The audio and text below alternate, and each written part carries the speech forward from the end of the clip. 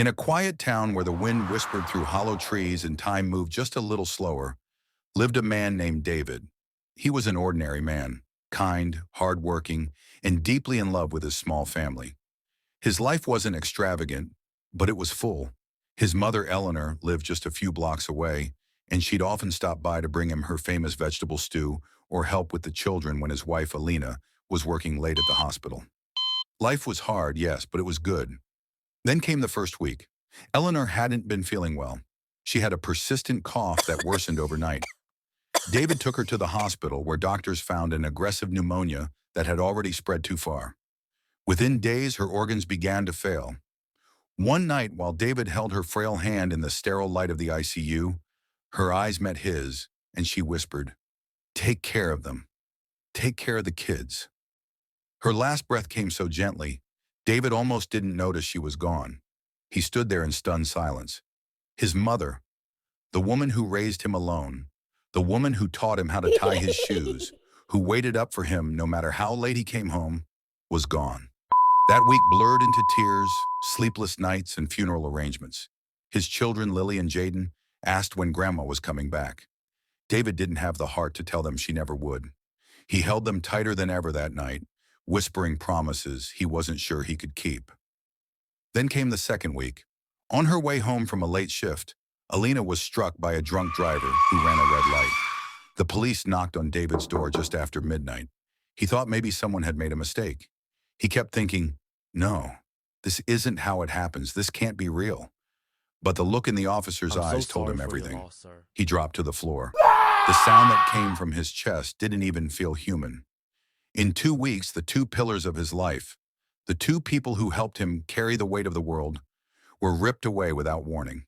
The days after Alina's death felt like a cruel fog David couldn't escape. Every sound in the house reminded him of her.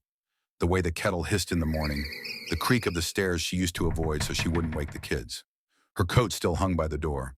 Her toothbrush was still in the cup.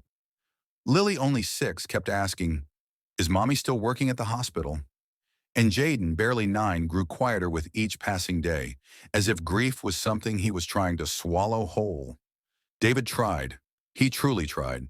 He packed lunches with shaking hands, forgot where he put the keys, burned toast 3 mornings in a row. He missed school pickups, couldn't remember homework, and barely scraped together energy for bedtime stories. He cried in the laundry room so they wouldn't see. He screamed into his pillow some nights, muffling the anguish so the children wouldn't hear the man who was supposed to be their anchor slowly sinking. Then the financial strain hit. Eleanor used to help with bills. Alina's income was gone. David missed work for 2 straight weeks, and by the third he was told they had to let him go. The mortgage notices started coming. The refrigerator stayed half empty. One evening, after a long day of trying to fix a leaking pipe with no money for a plumber, Jaden accidentally knocked over a photo frame. It shattered on the floor. A picture of Alina holding Lily as a baby, smiling so brightly the room felt warmer just looking at it. David stared at the broken glass, and something inside him cracked too. He dropped to his knees, not even trying to pick up the shards, and whispered, "I'm sorry. I'm so sorry. Not just to the frame, not just to Alina, but to everything.